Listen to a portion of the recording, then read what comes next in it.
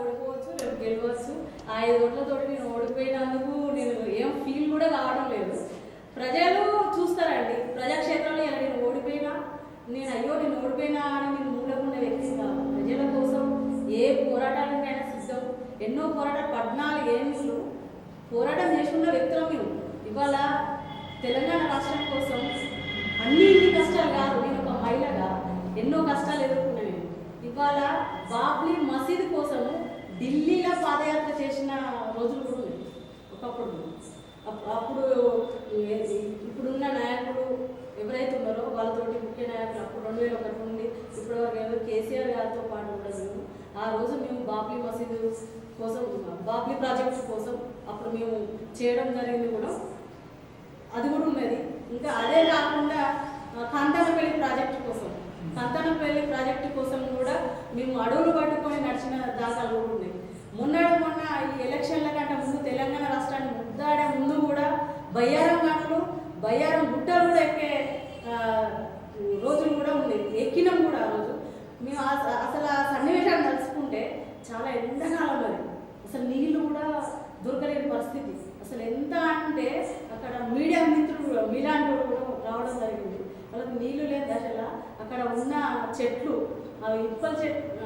ఇప్పపు చెట్లు ఉంటాయి కదా, ఆ ఆకులు కూడా తిని కిందికి రావడం. అంటే అలాంటి అసలు మన నిధులు ఏంటి, ఏదేంటిది అని వాటిని చూసుకుంటూ తెలంగాణకి ఇంత ఉన్నదా బ్రిటిష్ కాలంలో అక్కడ వేసుకున్న రోడ్లను కూడా మేము అక్కడ చూడడం జరిగింది. అన్ని కష్టాలు కూడా తెలంగాణ ప్రజల కోసం పడ్డాము. ఇలా ఓట్లు సీట్లు అనేది ముఖ్యం కాదు.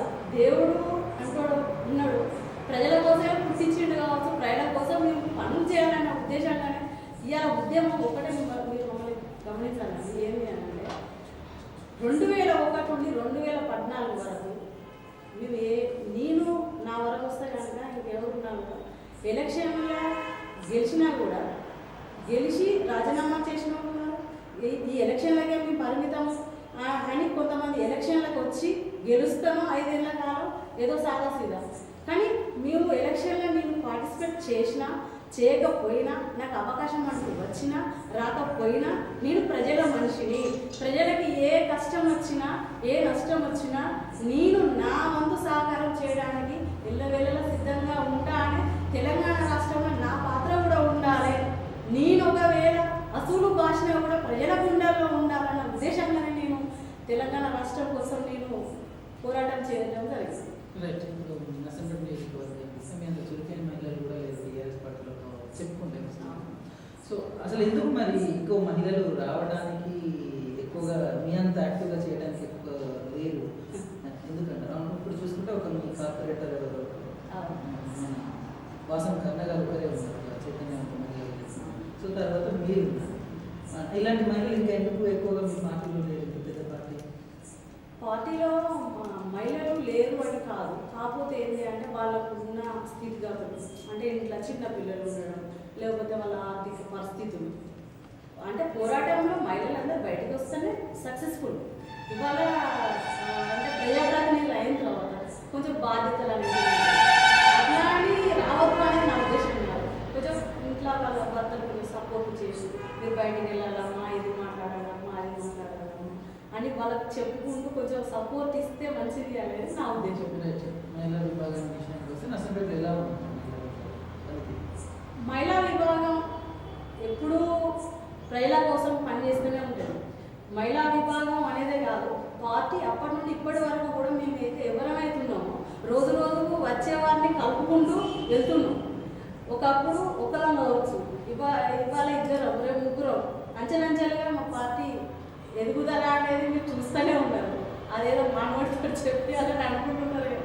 ఎదుగుదల అనేది చూస్తూనే ఉన్నారు. అంచెలంచెలుగా ఎదుగుతుంది. ఈ ఫలాలను అన్నిటిని కూడా ప్రజలకి తీసుకెళ్తాం, స్వచ్ఛందంగా చేయాలన్న ఉద్దేశం మా టీఆర్ఎస్ పార్టీకి ఉన్నది. ఖచ్చితంగా అసలు టీఆర్ఎస్ పార్టీ ఎలా ఉంది? అసలు కొద్ది సుదర్శన్ రెడ్డి గారు ఇంత కష్టపడ్డా కూడా అసలు అంటే మీలాంటి కార్యకర్తలు చాలా కష్టపడ్డారని ఓడిపోవడం జరిగింది. ఎందుకంటే లోపం ఎక్కడ ఉంది? లోపము అనేది అంటే అదృష్టం లేదు అనేది నేను అనుకుంటాను. అంతే, లోపము అనేది కాదు, అదృష్టం లేదు అంతే. మీరు తెలంగాణ ఉద్యమంలో చాలా కీలక పాత్ర, చాలా ఉద్యమాల్లో పాల్గొన్నారు. మీ మీద ఎన్ని కేసులు ఉన్నాయి? నా మీద దాదాపు 16 కేసుల వరకు ఉన్నాయి. ఎందుకంటే నాకు కూడా అది ఎట్లా తెలిసిందంటే మేము పేషీలకు అటు ఇటు రైల్వే కేసులు కానీ ఇక్కడ కేసులకు కానీ అటెండ్ అవుతున్నాం. కానీ ఏ కేసు అనేది అంత పెద్దగా స్టడీ చేయలేదు. మొన్న ఎలక్షన్స్ అప్పుడు బయోడేటా కంపల్సరీ అవసరం కదా అన్నప్పుడు చూస్తే కనుక అలా 16 కేసులకు ఇంకా అసలు సెక్షన్స్ ఒక 2-3 పేజీలు సరిపోయింది సెక్షన్స్ రాయడానికి. ఇన్ని కేసులు అయినాయా అని ఆశ్చర్యం అనిపించింది. సార్ కేసులు అనేది తెలంగాణ రాష్ట్రాన్ని సాధించినామా సాధించలేదు, కేసులు అనేది మాకు ఇంపార్టెంట్ కాదు. తెలంగాణ రాష్ట్రం వచ్చింది, అందులో భాగస్వామ్యం అయినందుకు దేవుడికి తెలంగాణ గడ్డ మీద పుట్టించినందుకు కృతజ్ఞతలు. రమాదేవి గారు నర్సంపేట మండల సమైక్య అధ్యక్షురాలుగా కూడా చేశారు. ఒకప్పుడు మండల సమైక్య ఎలా ఉంది, నగర సమైక్య ఏర్పడిన తర్వాత ఎలా ఉంది, అప్పుడు చేసినటువంటి పాత్ర ఎలా ఉంది, ఇప్పుడు ఉన్నటువంటి పాత్ర ఎలా ఉంది అనే అంశంపై చర్చిద్దాం. ఇప్పుడు చిన్న బ్రేక్ తీసుకుందాం. బ్రేక్ తర్వాత చర్చ పెట్టండి.